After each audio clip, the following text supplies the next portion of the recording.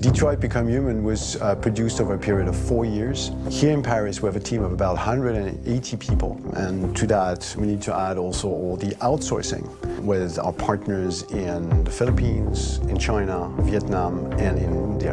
So when we started working on this story, I had to imagine where Kara was built.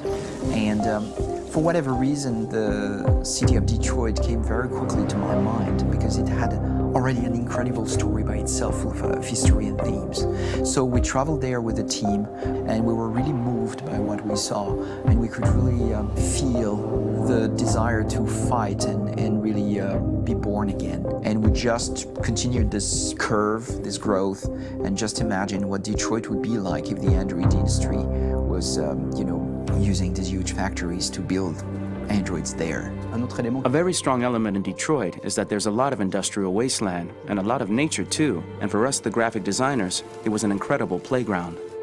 The destroyed zones which we wanted to preserve, we appropriated them to turn into something else. Then in the areas that needed to be rebuilt, we were able to imagine our Detroit of the future. We didn't want to make a science fiction universe, but a world of anticipation. If we chose science fiction, we could have imagined flying cars, extraterrestrials, but those things are very far from our current everyday life. Anticipation is more about gleaning from our contemporary reality, the one we know, because Detroit is set in 2038, and 2038 is tomorrow. The difficulty we had was sticking to reality. That is to say, technology becoming more and more invisible, a lot more elegant, and at the same time, making it visual. So all the computer equipment, autonomous cars, we simply had to invent. They are in fact very technological objects, but at the same time remain very credible and ingrained in reality. To create a cohesive universe in the fashion and clothing of the human characters in 2038, I didn't want to put an accent on strange shapes, or really vibrant colors, and things we wouldn't know. That I wanted to keep for the androids. The goal was to create something familiar which we can identify with in this future setting. Working on the artistic direction for the androids was a bit special because this is a project about the place they could occupy in the human world. It was out of the question for them to be too beautiful or too perfect.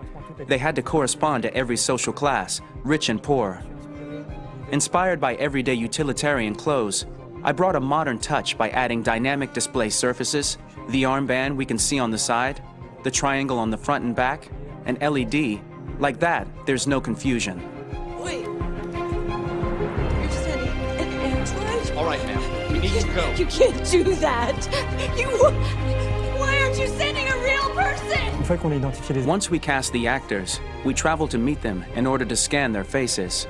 We record the structure of their face with the scan, and we record the colors and patches of skin with photography. Once we have this information, we will use this as a basis for modeling and creating the characters. The artist will make it more realistic, but will also enrich it. He will propose ideas which we will develop together. Finally, we will have a character with character who corresponds to the project and the world. When the actors come to Quantic Dream, we show them the design, what their image will be, and what they will look like in the game. This extra information gives them another dimension and color to connect with emotionally. It helps them think about how to play their character. Your mission. That's all you care about, huh? You should consult a professional who can help you. Beat it, you hear me? Get the hell out of here! So there are 3 types of shoots at Quantic Dream. Shooting and performance capture, where you capture the whole actor, his voice, his face, and his body. These shoots are obviously done with American actors because the game's original version is in American English. After that, there are the body-only shoots, representing around 250 days of filming, while the performance capture is 100 days of filming. Now, body-only shoots, there are 2 types. There are the action shoots and the technical shoots, which are mokit shoots. Mokit is when the player controls a character on the screen, and he moves in an environment to explore it.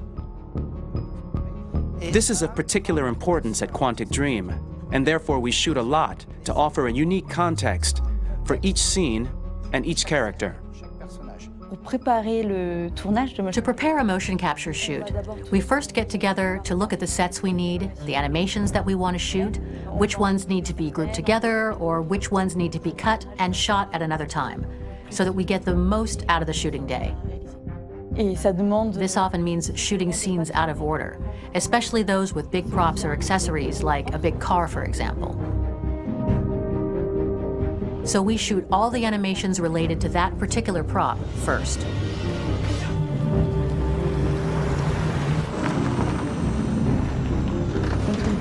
The biggest challenge for the mocap team was shooting a Spider-Man mo-kit.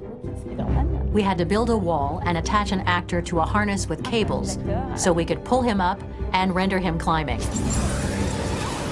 The shooting on this game took about, I would say, more than a year, maybe 1 and 2 years, with about 300 actors on set, so it's quite a massive production. But so much happened on this set, between the stunts and the shootings with a little girl and all these great actors that we had. It was really a very, very memorable journey for the team and for myself.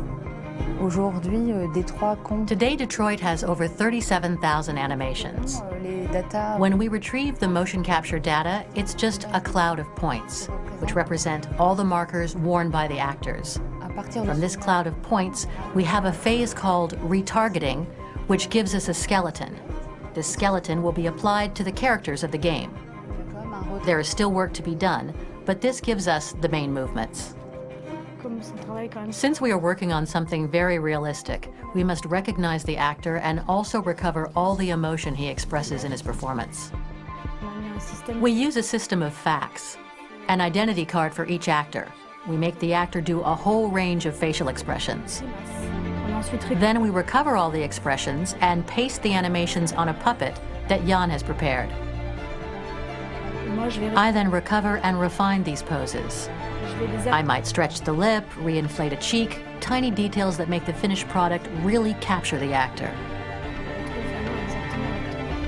Because of the nature of our mocap system today, when we receive the animations, we're missing eye movements, and so the character has that dead look.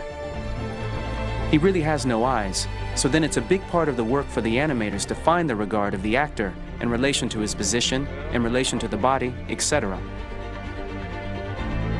It was crazy when I saw the newest model for Kara, because they've been working on it, and this was the first time I literally jumped in my seat. It not only looked so much like me, it was the fact that it looked so lifelike.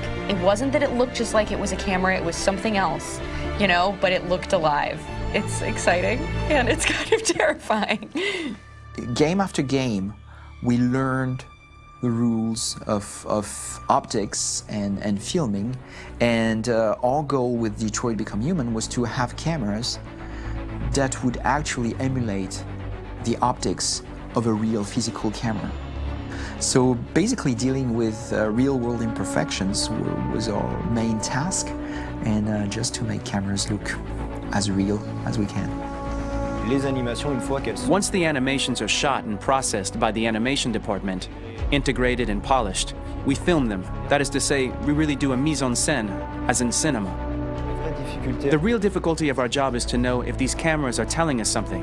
Are they in the emotion of the scene? Do they describe exactly what the action must convey, what must be felt? The most important challenge for me was one of the final scenes where Marcus decides to start the revolution and go to the battlefield.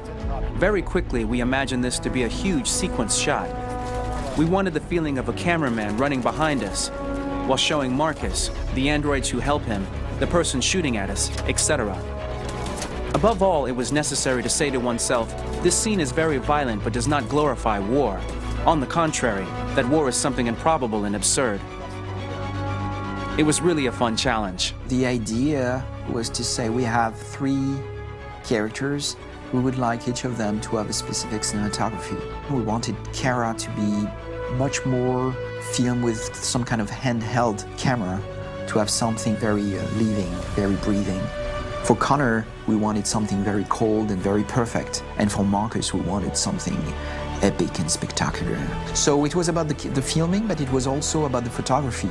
So we worked with a director of photography to give each character a different lighting, different key colors. Each of them would have their own worlds. And finally, we worked with the composers, so they would create a specific sound for each character, so each would have his own world and his own style.